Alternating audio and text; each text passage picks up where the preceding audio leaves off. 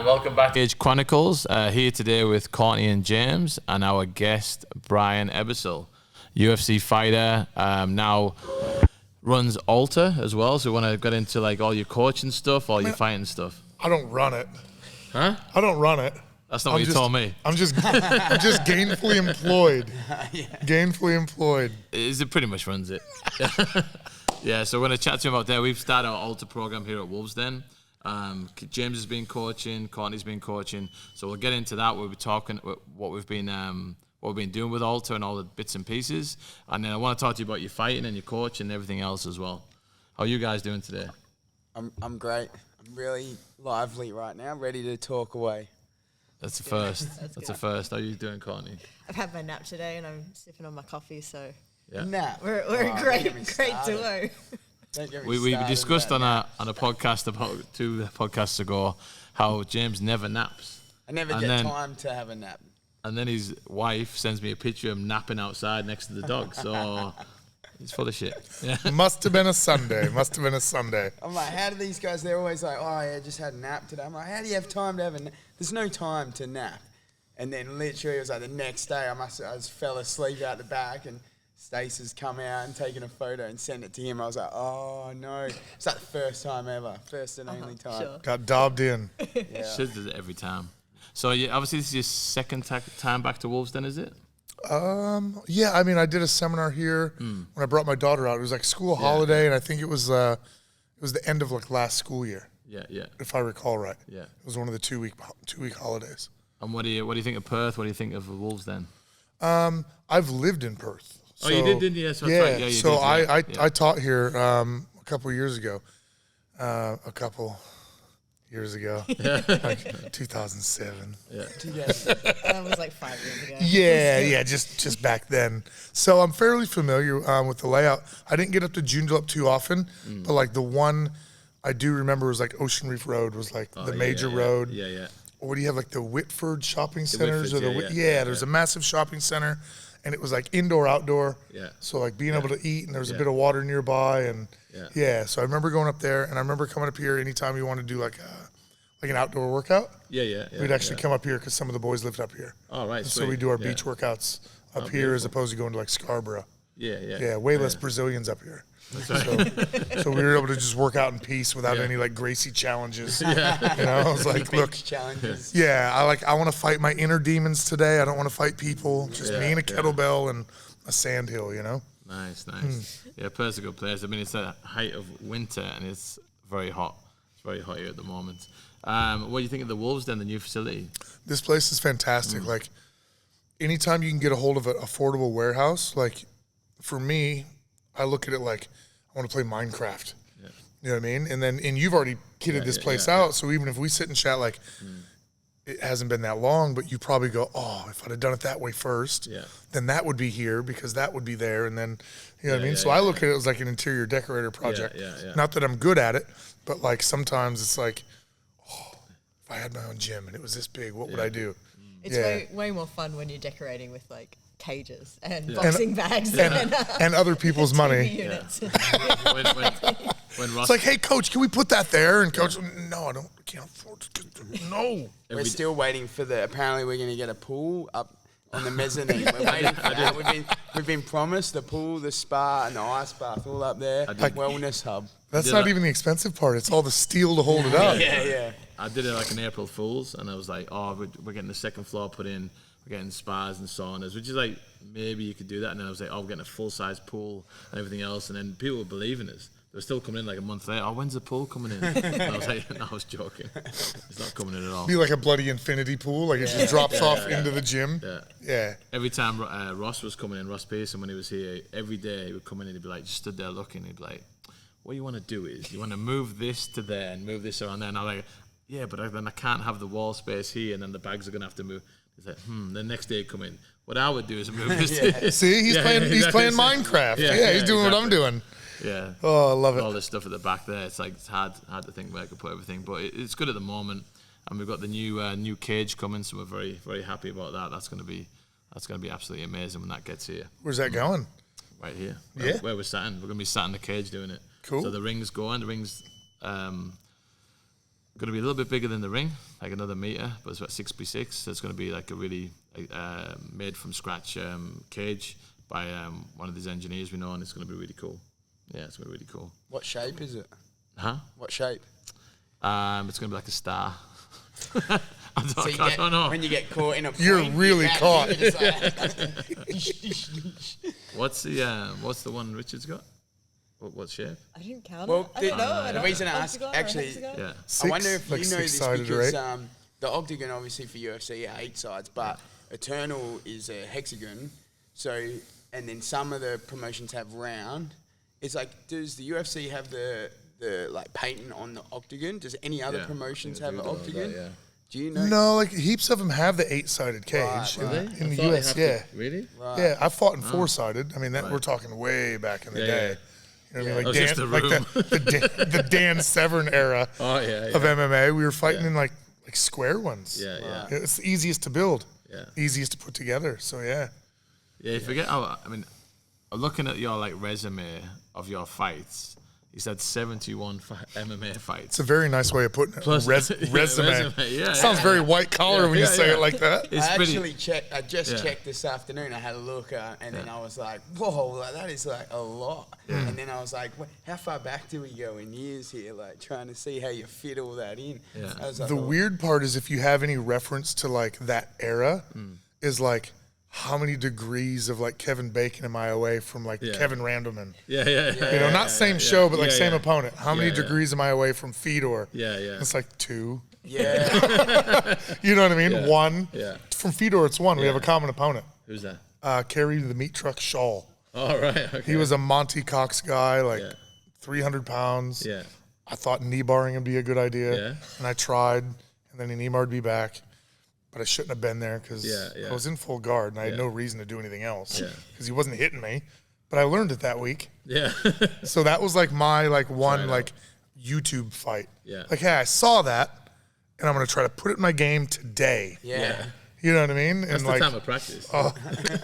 In the in middle of a a fight, heavyweight tournament. Yeah. Let's get right it's into so it. weird as well because Meat Truck was going to be your fight name. So it's crazy you haven't used that one as well. So, yeah. Yeah, it was copyrighted. So you must have like some. And obviously, when did you have your first fight? What was the year? Do you remember? I was 19. It was June 6th, 2000. 2000. Yeah. So I was going into my 3rd year of school. Right. Yeah, 3rd year of university. So I had my first 2 years of university. I'd wrestled, and I was home for the summer before my 3rd year. yeah. And I went and had 4 that summer. Yeah. Yeah. Yeah. And then the next summer was like the same story. Wow. Yeah.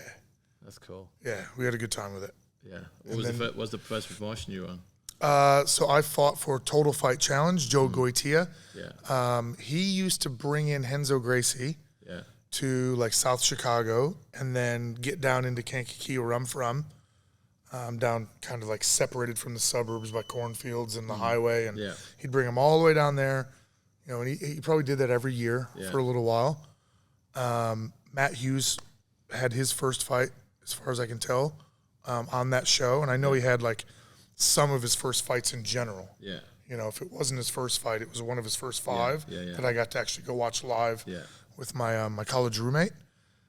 So it was really strange, like actually competing in that same venue, you know, not too long later. Yeah. I mean, it's amazing, like just throwing the names out and just the legends that you would have been like in the same room Just with. drop and- some names. Yeah, exactly. every Yeah. now and again. But it could just Matt Hughes, yeah, one of the best welterweights of all time. But that's where like the whole like starstruck thing hasn't really got me. It kind of gets me more now, like Yeah. talking about the current age because I'm separated from it.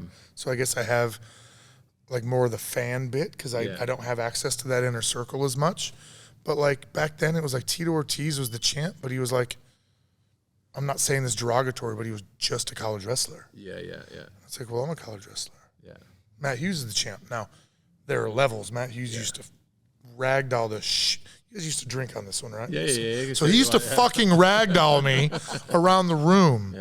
You know what I mean? Like we'd be in groups of 3 and doing live goes. And I remember one time Sean Babcock, he literally just like faked an injury and was like, not today.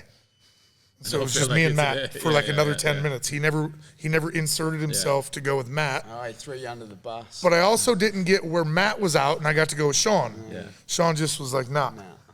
It So looks it was looks like- like Matt had like an amazing gas tank, but just so strong. Like it looks like we'd like, was it super technical as well? do you think, or? I don't know if it was like he's strong. Yeah. Like there was a match at Midlands, I think my freshman or sophomore year, where he was training MMA, hadn't wrestled a ton with us, and Midlands is this tournament where you can be a former college wrestler and enter it. It's like an open. And like he took a reverse grip on Joe Williams' wrist, and Joe Williams is, 4-time high school state champ, super college career, national team member, freestyle, all that stuff, like legend. And Matt like held his wrist for like 5 minutes of a 6-minute match in the same position. And it was like a 2-to-1 match. So he's pretty strong. Man, you know what I mean? Like what do you mean you just held this this super freak Superman's wrist for that long and he couldn't deal with untying it and getting after you?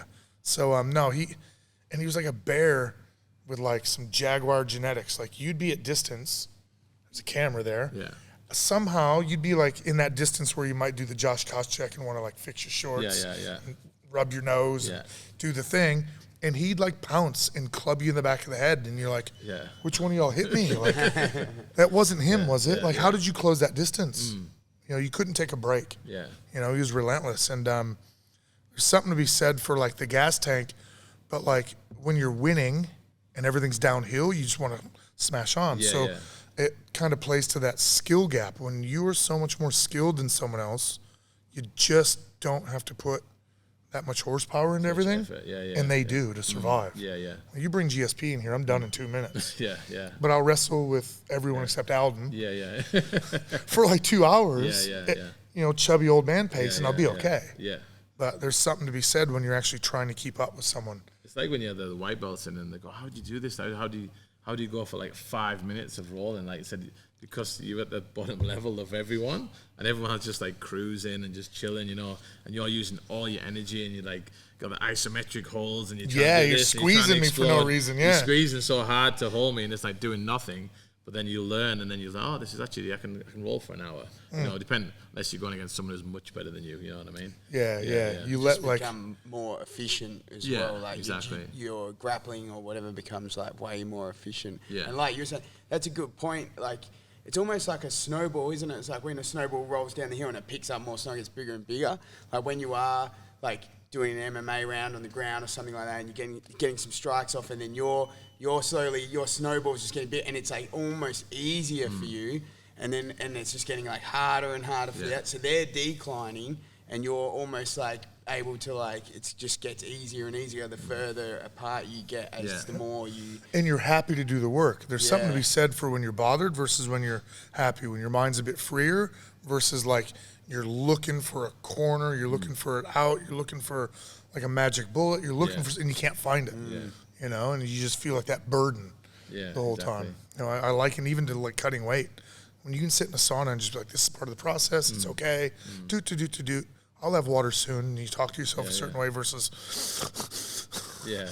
and you get all suffering and feeling sorry for yourself, and this is horrible, and you've tried to quit 6 times. Your body picks up on that and starts to like shut down. Like, starts panicking more. we're in the desert. There is no water around. Like this is not happening on my timetable.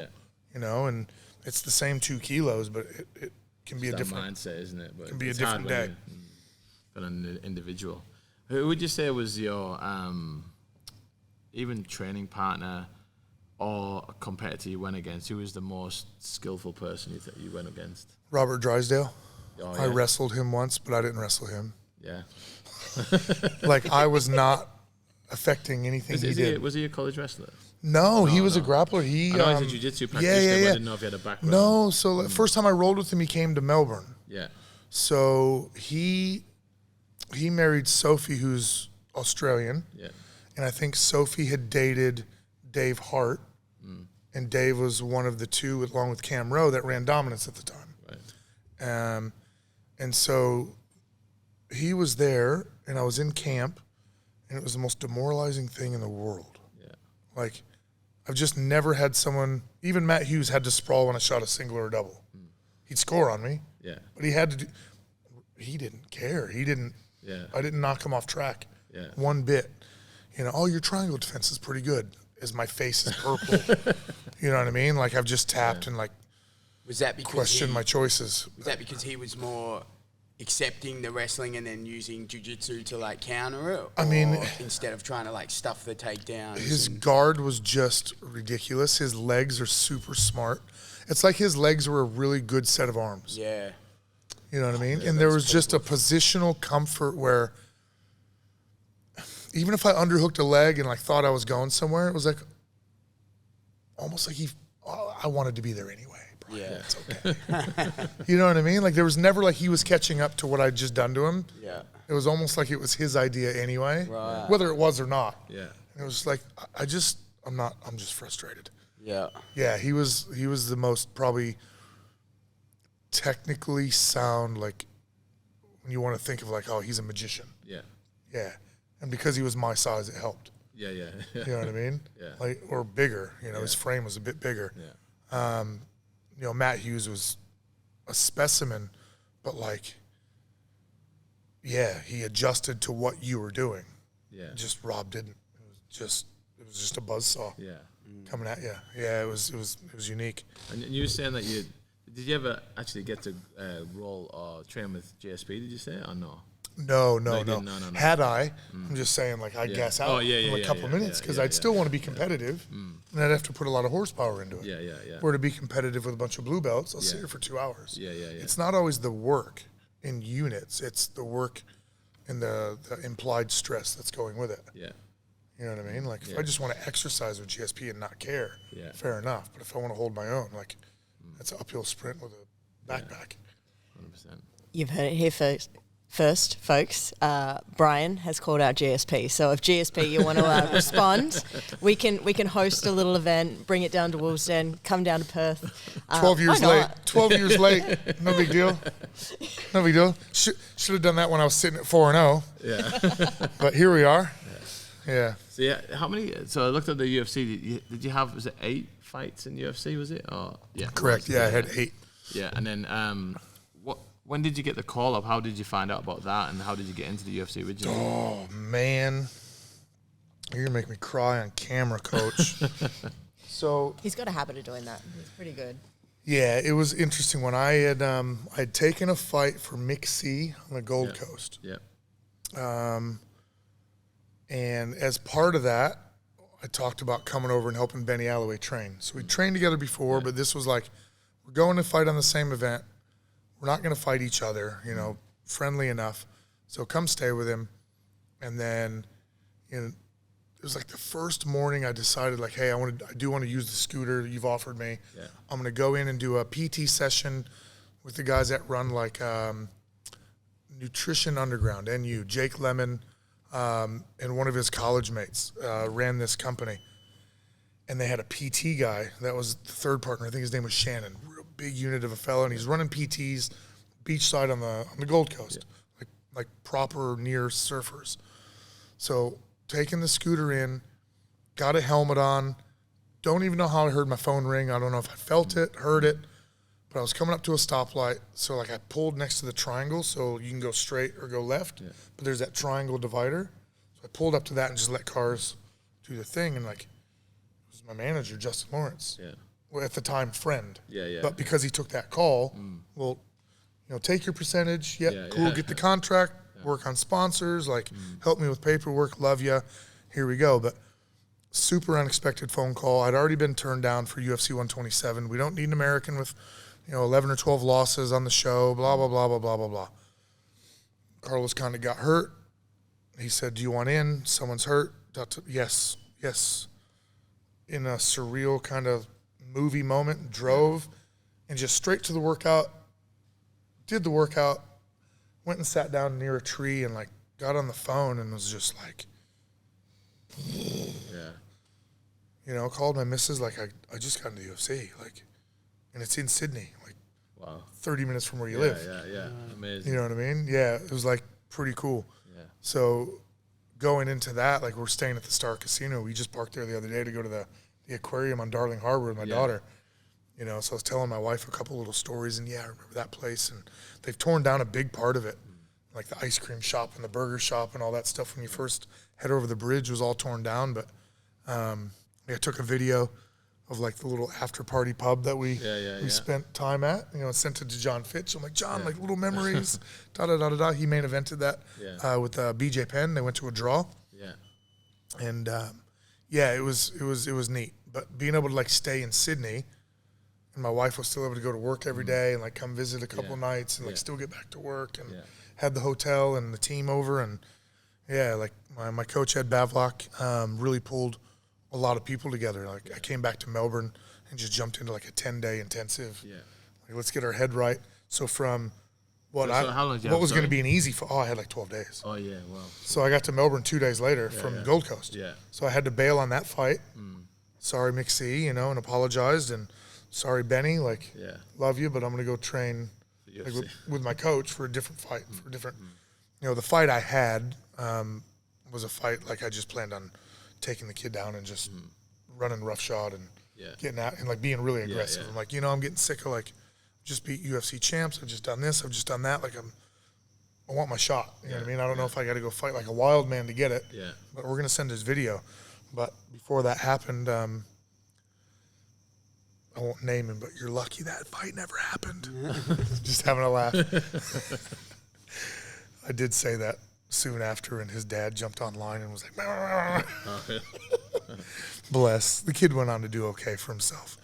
But it was cool. So I had 10 days in Melbourne, went after it, and then every fight camp, even when I worked at Tiger Muay Thai, I was coming back to Melbourne for those camps. And that's where, like I said, running into Robert Drysdale. We had like Kit Dale come in, awesome. Cam Rowe and Dave Hart. Yeah. Carlos Vieira from Cia Polista and one of his brown belts at the time was coming in. So I got to be around a lot of good people with good brains. You know what I mean? Besides their bodies, like just getting good ideas and going, you can relax in these positions, or these positions are more opportunity than you realize.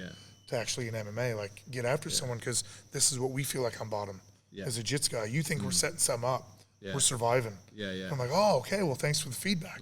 Because sometimes guys your age, teammates that are competing with you, don't want to give you that advice. Or these guys were humble enough just to go, we're in camp and you're doing the right thing. And if you do that to someone else, unless they're Matt Hughes, they're probably feeling like us. And I'm like, cool.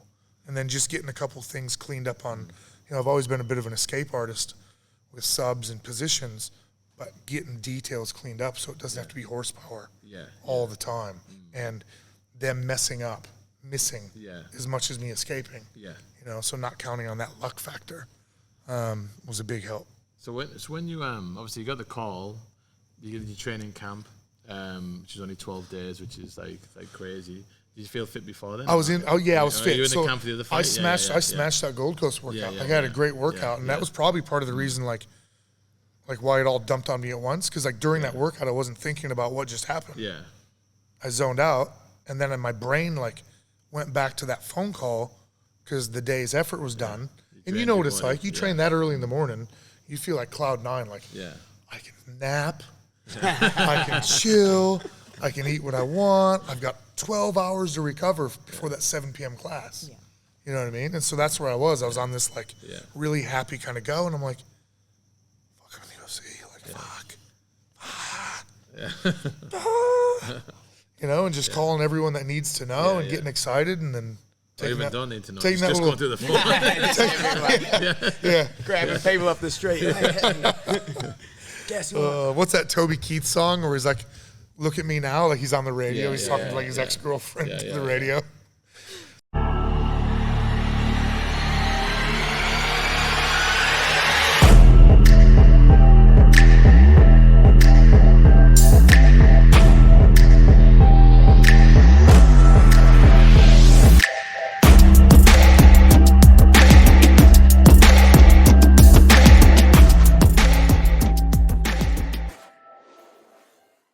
And we're back. So we were talking before about obviously you call up to UFC, 12 days notice. You're already in fight camp, so you're obviously just trying to sharpen a few things up. What I wanted to know, which I never really asked Ross when I was talking to him, Ross Pearson, when he was here, is that what was it like the night before? Obviously you'd fought heaps before, but this is UFC.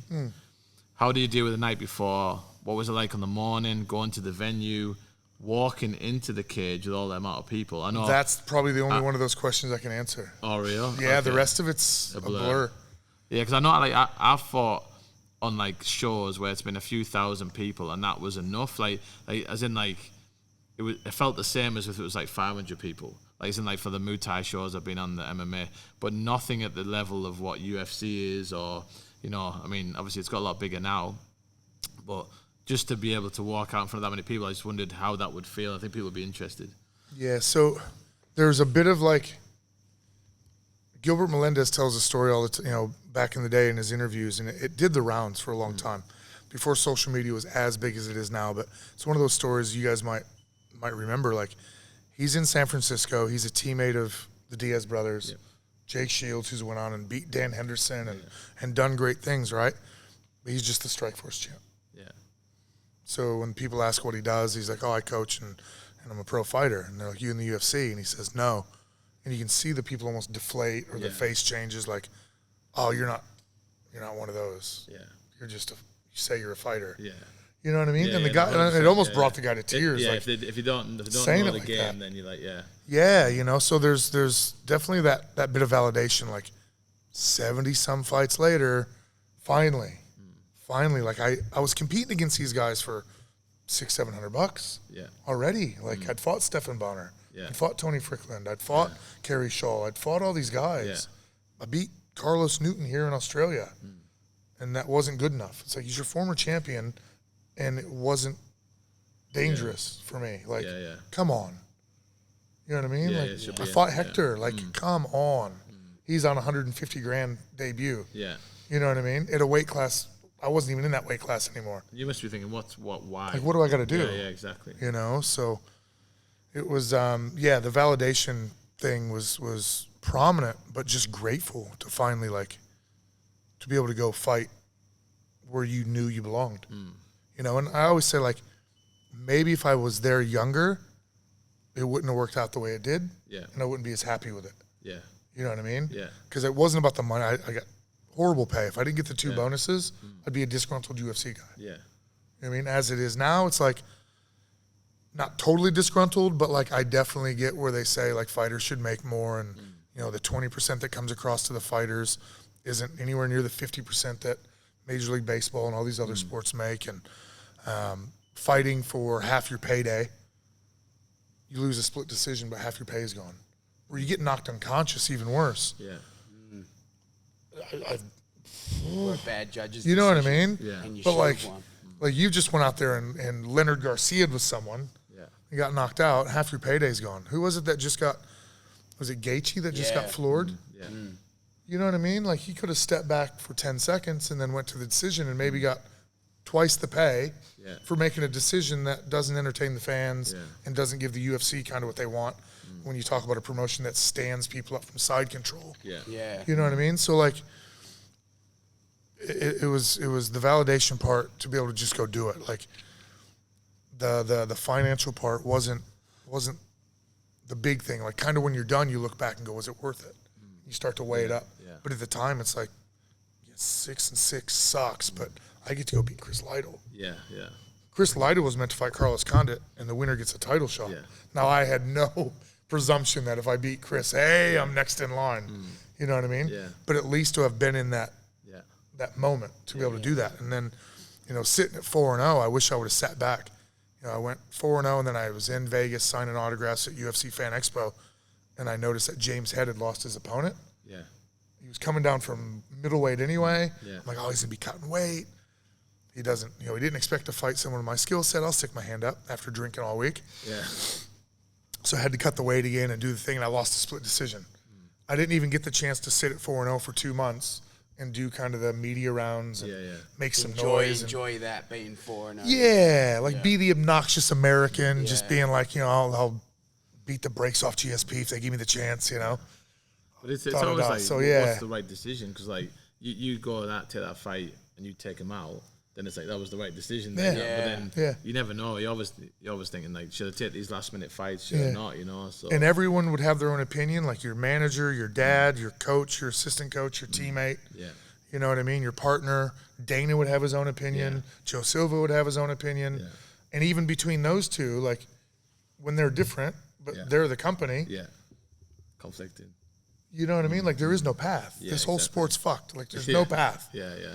It's just if you can make something happen and get some traction, like good luck. And if you can't, well, that's just the game and go get a job.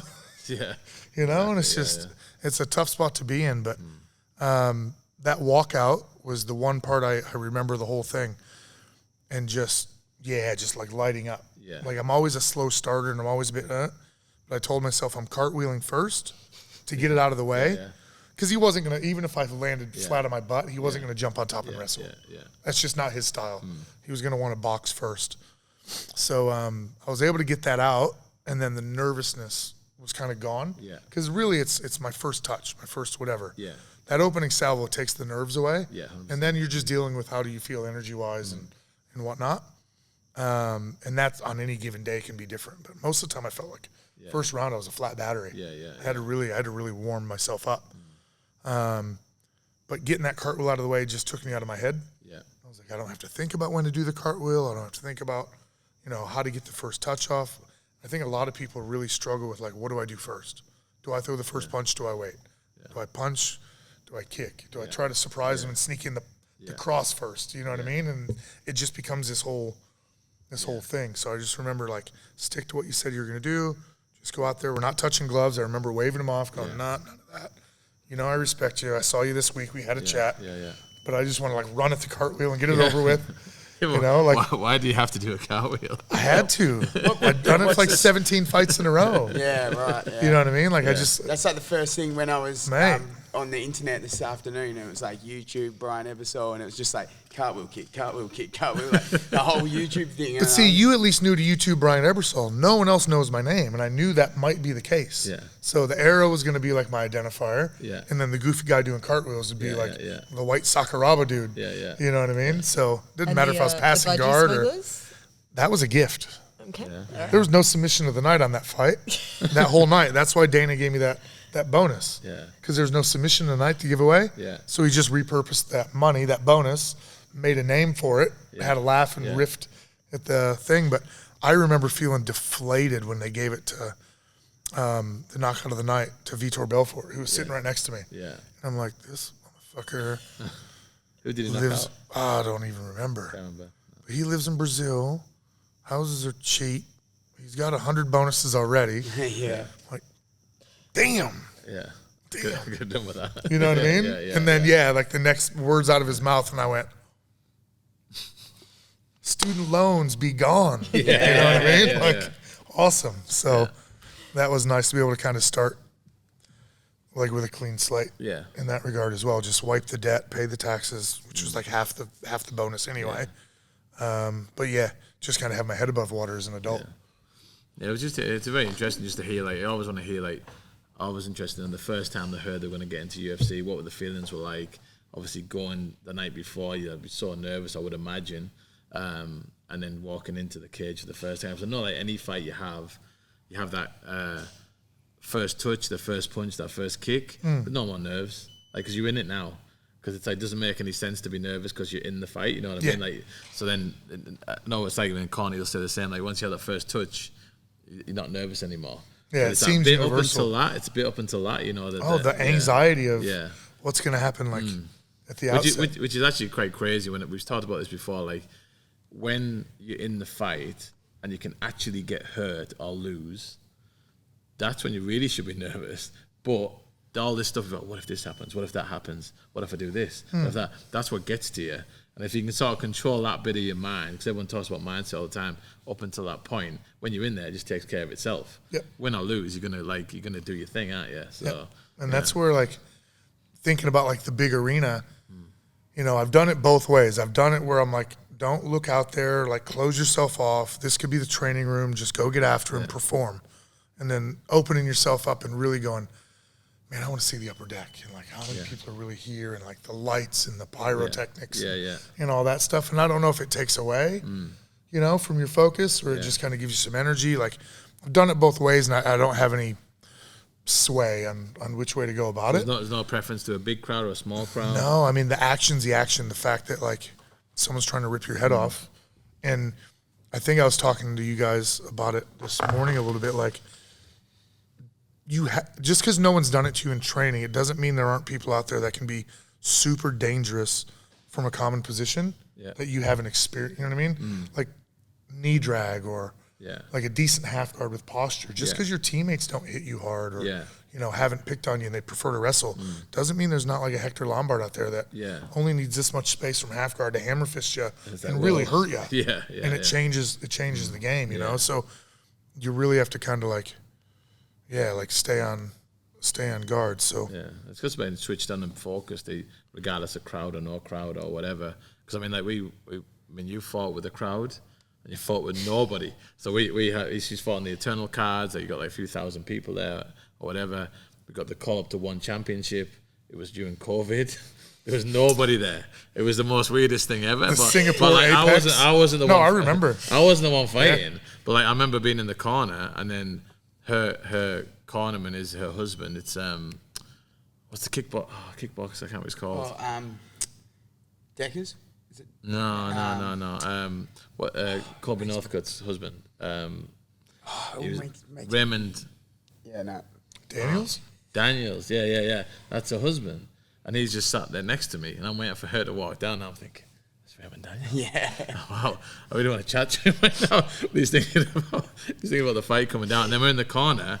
I'm cornering from one side of the cage, on the other side of the cage, he's shouting. I can hear exactly what he's saying. So I'm just shouting the opposite of what he's saying. But it was very surreal because there was no one in the audience at all. Yeah, there's no buffer. But it was in a big stadium. I didn't put it in a smaller place, a big stadium. So I just wondered like how that feels for different aspects. How did it feel to you when you fought in there compared to? You can't remember? Can't remember? I trying to whoop her ass, coach. Yeah. Same game to us. Exactly. Like once you're in a cage, you're in a cage. Like, what about it doesn't the boxing, make a difference. What about the boxing fight you had?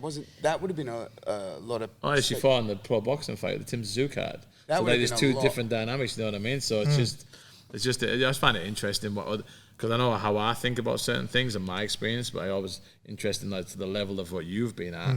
The amount of people, like, how do you feel there? But I just try to stay logical. Yeah. That everything outside those judges, and even worrying about them is not ideal. Yeah. Everything outside of the judges, past that meter, doesn't matter. None of it matters. You know, if you think you can access some energy and some motivation, inspiration from it, by all means, you know, like. But like trying not to worry. Like I brought like, you know, grandma, grandpa, mom, stepdad, you know what I mean, everybody up there. And it's like, I'm trying not to get beat up in front of grandma. Yeah. Like, I kind of want to go do this, but I don't really, if he stuffs my head and ends up on top, and then I got to like cover and worry about grandma. Yeah. You know what I mean? It's like, it was weird. And that was my one boring UFC fight. Yeah. With Claude Patrick. He was undefeated. You know, it was meant to be Rory McDonald, so the matchup changed completely. Yeah.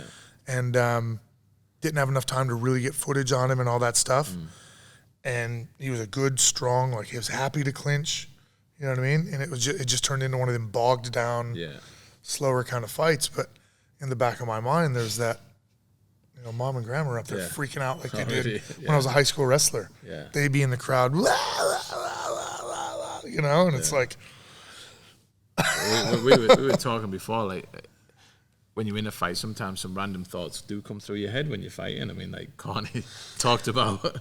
Won't go into it again, but she talked about something that happened in one of the fights where a random thought came in her head as well. I said, we're not going to discuss that now. Couple beers, Courtney? We need a couple beers here? She said it without the beers. And I was like, I can't believe it. It was on national television. It was on like, national. I can't hide it. Did you want to tell Ryan? Were you trying to kiss somebody? No, we were in this boxing match, and I'd gotten through the first round. I was feeling really good. I was like super stoked to be there. I was loving life, and I was like, oh, my stomach doesn't feel good though. And we get back in the corner, and I'm like, Steve, I think I need to take a shit. And he's like, what did you say? Like, literally, he couldn't hear me. And I'm like, louder, I need to take a shit. And he's like, what? So I repeat it for the third time, and then we both just look up, and there's a boom mic, right? And we just went silent. And he's like, what you need to do Has that made is it work onto like behind your jab and keep moving forward. that never made it onto like Rob Dyrdek's ridiculousness or anything? Like none of those? No, because then afterwards we bought it because I wanted to hear what they said in the corner. But it so happened that we did the other. It was the other round that listened to our corner, but that corner didn't. I was like, phew, thank God. But yeah, but it's just like random thoughts come in your head. Like, can do nothing about that right now. But I know I've been taken down once, and I started thinking about something totally random, like away. And then I'm in a fight. And then like one of the other girls we were talking to, Annie, she goes, no, I've never like unfocused there, but I've gone off to this some other little world. Have you ever thought about some random, like obviously thinking about your grandma not getting beaten up? Yeah, like between rounds for sure. Yeah. You know what I mean? Like between rounds, like just little weird stuff. Yeah, like what are we gonna eat after this? You know, It's always food, I think isn't it? it's like round 3 coming up. Like if I can protect this lead, I get the other $6,000. We're having lobster. Working out. We're just working up the budget. Yeah, working up the budget. Yeah. How many people flew over with me? 3. Yeah, we can get the lobsters. 3 of us. We'll be good. That's cool.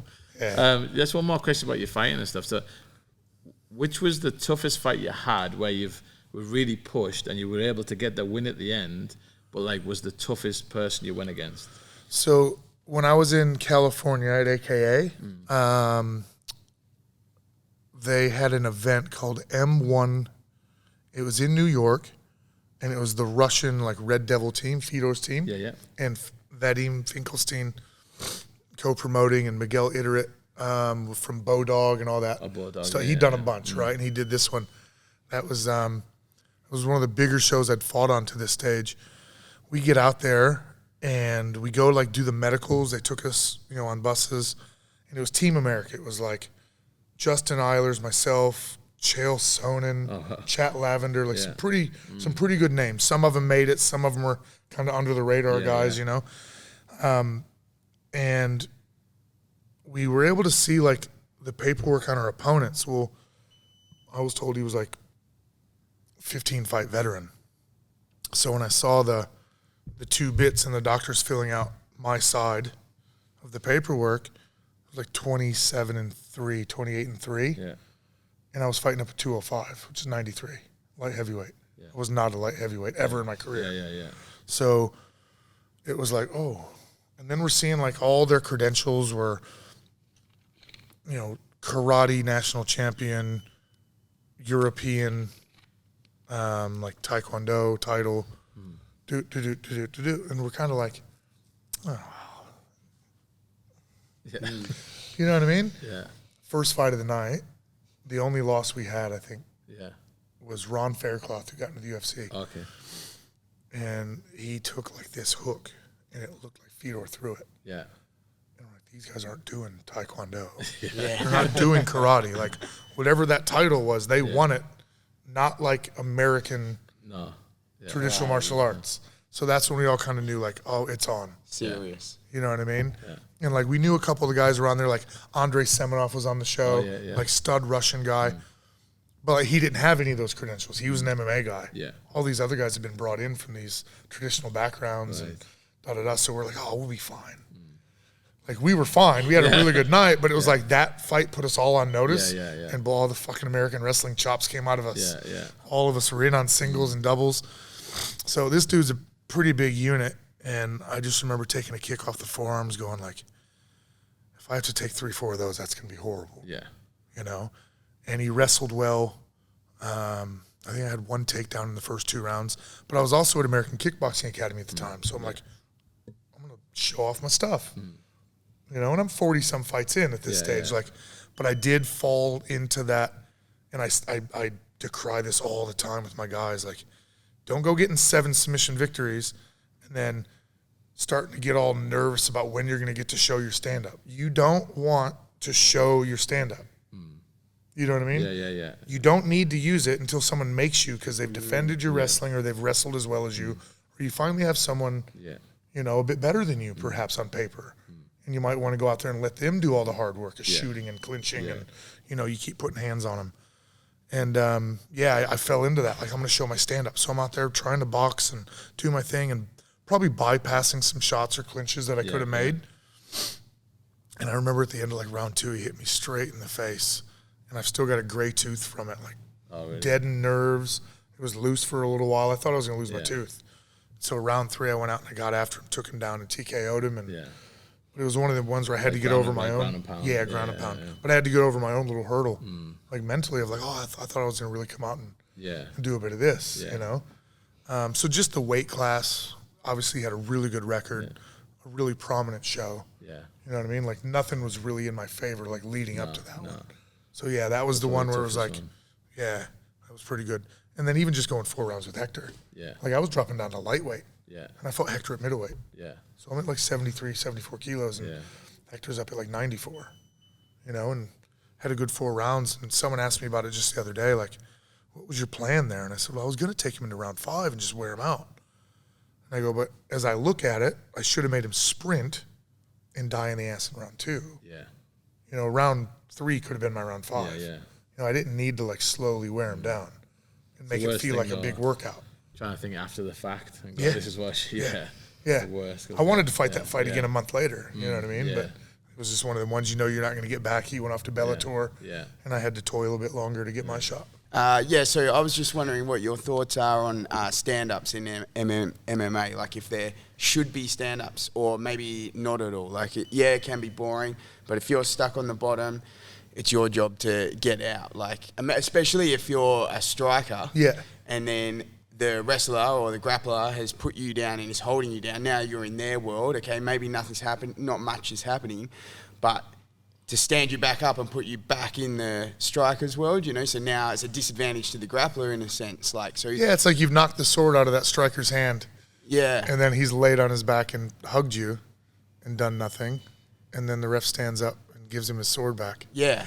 But it also, I don't think it matters who's the grappler or striker. Like, I remember there was a short span of fights and there was this chat.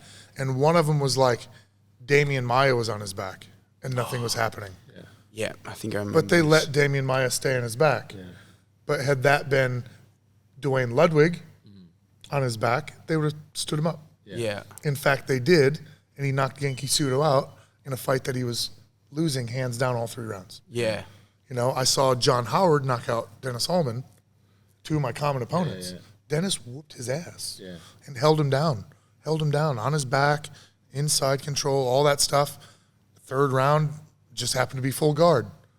Dennis didn't have to do anything, and John couldn't get up. Yep. The ref stood him up, and John hit him with his hook and knocked him out. And it's like, it's an outside, you just messed this guy's career up. You messed up his brain. You screwed his, So it doesn't matter striker, grappler. I think the referee is there to call penalties, and that's it. Yeah. You've already bastardized the fight by making it rounds. And not caring where the fight ends up. Right, that's another thing. And standing us up, letting us go to the corner and come back out. You've already bastardized a fight. Fair enough. Don't go any further by going, well, you're not entertaining me. It'll be more fun to watch you guys have a bad kickboxing match than a good grapple. And then probably maybe end up back on the ground in the same spot anyway. Just, you know? Yeah. Yeah, well, then it just becomes, like you're defying the referee. You're being stubborn. You're going down there and doing nothing again. Well, let's see, like, we've seen heaps of fights where that nothing for 5 minutes pays dividends because round 2, those hands are here. Yeah. And round 3, that energy's gone, and you really do get a spectacular 3rd round. You know what I mean? But, like, there are guys that will just wear you out. Mm-hmm. What do you mean you're going to stand Khabib up? Yeah. What do you mean? That's what he does. Yeah. Takes you down, holds you down. You know what I mean? Whether he's busy and pounding McGregor or not, like you still can't stand him up and hand McGregor his sword back. Yeah. That would be a very, very high degree of favoritism, and we could all agree. So how can you do it to just 2 random dudes that are fighting for, you know, the half of the paycheck that's left on the table? Yeah. Like, just let them fight. Yeah, I agree. So you basically put it down to the opinion of the referee. It's 100% opinion of the ref. Yeah, it's like, I pushed a guy up against the cage. This guy's a goddamn wrestling coach and referee, Chris Tognani. I'm not calling you out. I just like to add details to my story. Chris pushed him up against the cage with my forearm in his neck. Now, I've finished fights like that on the ground and standing. Yeah. With a forearm in the neck. Separated us. And I'm like, I just got my double unders. like after pummeling, I just got my double unders, switched to like my favorite ear and shoulder. Yeah. Started to pull, and he separated us. Yeah, it's Like, I got a takedown soon after off. I caught a kick and just double legged off the kick. Fantastic. But I'm like, that would have been a different takedown. Double unders. Like if I lifted him, if I boosted him over my hip and sent his legs, now we're in side control. I'm not in guard, half guard, dealing with knee shield. I'm actually having access to ground and pound. So it changes when the referees get involved at all. Like, I don't even want to hear you tell me to get busy. yeah. You're like, you're not telling the bottom guy, put your feet on his hips, open your guard and kick him away. You're not telling, Michael Jordan, hey, you got 24 seconds on the shot clock, but you can't use it all. You're not telling, Tottenham United, is that a real team? Yeah, it is, yeah. Yes! All right. I did. I went out on a freaking limb. I didn't want to say Liverpool. It would have been too easy. Or Manchester United. But you wouldn't tell them, like, hey, you're up 2-0, but you haven't brought the ball past midfield for 30 seconds. You guys got to get on the hustle. Yeah, I agree. And I feel like sometimes like the crowd, the crowd's all out there booing, and maybe, I don't know if the ref is hearing that, and then he's like, oh, I better stand him up, it's boring. But the crowd's yelling out to grab their dick and twist it half the time, So But it's like That's the main thing people are hearing. that's the main The crowd thing also does That's where like I the heard you Mexican say that on wave. Saturday. They also do all sorts of chants. Like that is just them being involved. Yeah. It doesn't You matter can't if it's a take bad connotation, a good one. Yeah. You think they're happy, you think they're upset. Who cares what? Who cares? They're there being involved. By the time they leave, it's memorable. Fucking that fight. You guys are just talking about I won't mention that one off camera. You guys are talking about a fight that was boring, but you're still talking about it. Yeah.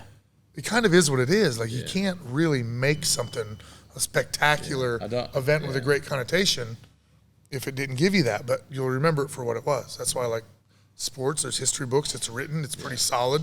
But, boy, in our sport, there should be some asterisks around some wins because the referee was on someone's team. And maybe you need those more slower paced, boring fights. Makes the more exciting fights that even better, right? Yeah, like you need those bad girlfriends to appreciate the good ones. I was going to say something about the sunshine after the rain, but bad girlfriends, good girlfriends, like the sun always feels better. Like after it's been like you don't know joy unless you've known sorrow. Yeah. Well, talking about good things, let's talk about Alta. Is that a segue? Is that a segue? That's a great segue. It was good, yeah. Oh, I got the T-shirt. Oh, I always got the T-shirt. So again, we've talked before saying that at Wolves Den we've started doing the Alta. It's our first season. James is a coach, Courtney's a coach, and myself. And obviously Brian's come over to check us out, make sure we're doing everything right. But it's been pretty cool so far.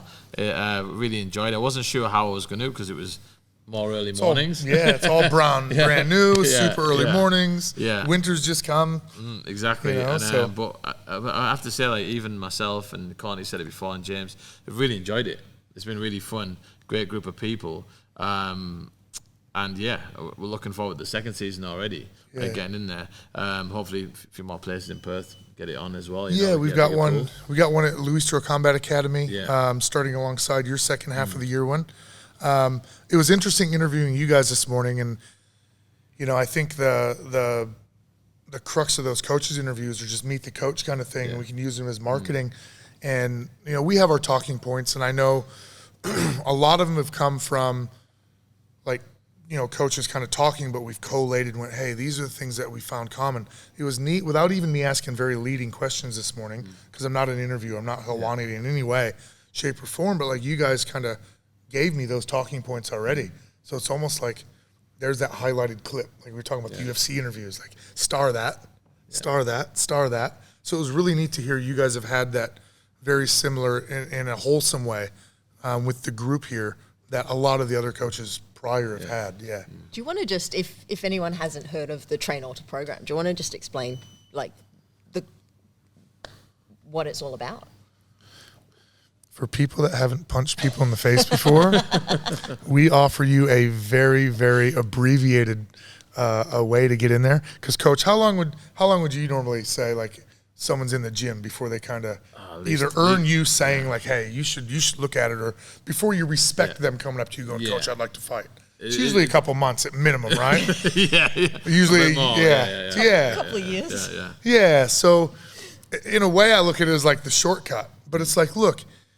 we talked about it this morning at both gyms. You know, I was up at Louis Strauss earlier today, and there's something to be said for like cramming for a test, and it works. Yeah. There's something about the human brain that like under pressure, when something has to get done, it just gets done. You know what I mean? Like I need to like put my clock ahead to like 30 minutes before my wife comes home and trick myself to clean the house. Yeah. Like it's 2:30 and she's home at 3. You know what I mean? It's really noon and I got all this time. Yeah. Just got to put the video game controller down sometimes. But you know what I mean? Like just having it compacted in 20 weeks. Listen, you're coming into the gym. You know there's an end result. You're going to do everything you can to possibly get ready for it and go. Or if you come in as like a normal BJJ guy or boxer, you float around, you do your thing. Yeah. It's fun. It's as much social as anything. Yeah. And then it doesn't really get serious until you decide you kind of want to. But then is there even a pathway for that to happen? So a lot of people get disenchanted with it. Yeah. Hey, I was fit. I was ready to fight back when I had no skill. A year later, you've got a lot more skill, but you've kind of maybe fallen off the wagon as far as like everyday fitness and being, you know, being like a mongrel. Yeah. And so then you kind of get it back, and then you match something, the guy gets hurt, and then, you know. So we've all seen those pitfalls. So we do a really good job of getting people a fair fight at the end of it, and it's usually within the Alta program itself. So the original program, like Jens Pulver came over for the first one and ran it up in the northern beaches of Sydney. And they would have had 50 people. Wow. And out of those 50, they probably made 17, 18, 19 matches, all internal. So the fear of like the unknown wasn't there. It was someone in the room. And then as it went on, it started to become, okay, if we have a small series of 10, demographics, weights, genders don't always line up. Gonna have to. So then there's some external, like, hey, can we get a white belt from another gym? Yeah. Can we get someone from another gym that's done a bit of this but hasn't done much of that? And we've made pretty fair fights. So I like it, again, because there's that beginning with the end in mind, and you're not forced to, but I find people choose to play a different way. Yeah. And because of that, they're very receptive students. You know what I mean? As opposed to, I'm here, but I kind of don't want to be here. Why am I here today when I should be, you know, back with a kid? There's a reason, there's an end date. Yeah. So, like, if you really want to do, and you come in, like, how many people do we get coming in the front counter saying, oh, I want to be like, I want to fight. When can I fight? I was like, you haven't even trained yet. Like, what are you talking about? But we get that all the time. Whereas this one is like, we're offering you, if you want to, you can do 20 weeks, and then you can fight at the end. And hopefully we're going to get you matched. Yeah. You know what I mean? Or if you don't choose to, you're going to get the skill set to be able to get to that same level as these people. Yeah, well, that's where, like, Eugene Berryman over at City Kickboxing, because they're a pretty busy gym and their head top coaches, like, obviously want to be spending time with Adesanya and Shane Young and Dan Hooker and all that. Like, when it comes to, hey, I want to fight, and someone comes in first day, it's kind of like okay. And that's like New Zealand culture. Like most of those guys actually probably mean it. Yeah. Like they want to fight. Yeah. You know what I mean? But for them, they're just, we'll do Alta. And if you can do the 20 weeks and you're serious, well then you might get to train with our lower level pros. Yeah. And then you have a couple fights, and then of course you're going to be mixing in with Kai Kara France and, you know, all those guys. There's no shortcut. Like some gyms, you know, like guys want to come in and they want to train with, you know, Tyson Pedro tomorrow, and it's like, I get it. You're excited, but you're being delusional right now. Yeah. You know what I mean? So for them, that's their sales pitch. Like, come on in, do the Alta program, show us you're serious. Yeah. But for a lot of folks, it's a bucket list thing. 100%. You know, and they learn something about themselves. And, you know, I think, Courtney, you really touched on it. Like, it carries over into your professional and personal life. Oh, yeah. Like, just whether it's the discipline, the self-belief, you know, just you watch some of these podcasts with, like, the Jocko Willinks and this and that, and it's like, just doing hard stuff is a skill itself, and it's not about the thing. It's about your decision to jump in and do the thing. Yeah. You know, so anyone who's ever fought before, I think to step into the ring or step into the cage, when it comes to the actual steps to move into it, when you're fighting, often you're thinking of every other reason not to do it because it's so nerve-wracking. But once you've done it and done that challenge, whatever the result is, it's such an amazing thing. You can look back on and go, that was I didn't want to do it. I didn't want to step in at that point in time. But then when I did, it was amazing. Like I challenged myself. Yeah, So like that's bungee jumping's a lot easier after you fall. Yeah. You just, okay, Exactly. just go up and do it. Easier. Like Yeah. if you can lock yourself in a cage for 15 minutes with someone else, like nothing seems hard after that, right? Yeah. And this is where James is actually going to state that he's having his first MMA fight. No? All right, okay. I thought that's where you're coming. All right, no. Okay, fair Maybe enough. against someone that's been doing it for 20 weeks. Yeah, maybe. Let's do Well, that. actually, we're looking for someone. Not Yeah. So how have you guys found it doing the Alta? Yeah, I've found it good. I mean, it's nice to like teach a bit more MMA as well, because obviously I love getting to strike on the ground. So I do like to change it. So it's because like I do my gi jiu-jitsu, my no gi jiu-jitsu, and then my MMA grappling. So it's like they're all like similar but slightly different branches. So I like to be able to switch between the three and like really highlight what works in each area. So I've really enjoyed tailoring it for the MMA. And then it is quite crazy how sort of quickly they've progressed in what's been under 20 weeks so far, hasn't it? And It was week 9. It's like 19 right Yeah, now. it's it's not Yeah, even yeah, at, yeah. they're not even at the 20, and it's you see how far they've come, and it's like it's quite impressive. Yeah. What do you think of it? I love it. Like, I was talking to Brian today. I struggle with 6 a.m. classes, but like I will happily get out of bed for this. A lot of people like just the way they. Like their attitude towards training. Yeah. Like they want to be here at 6 a.m. So even if I'm struggling, I know they're struggling, but they've still got a smile on their face and they're still listening to what I have to say. And if I get to sit back and make them spar and watch for my own entertainment, that's also quite fun. We should do every time. So that's what we're saying is we're coming in for season 2.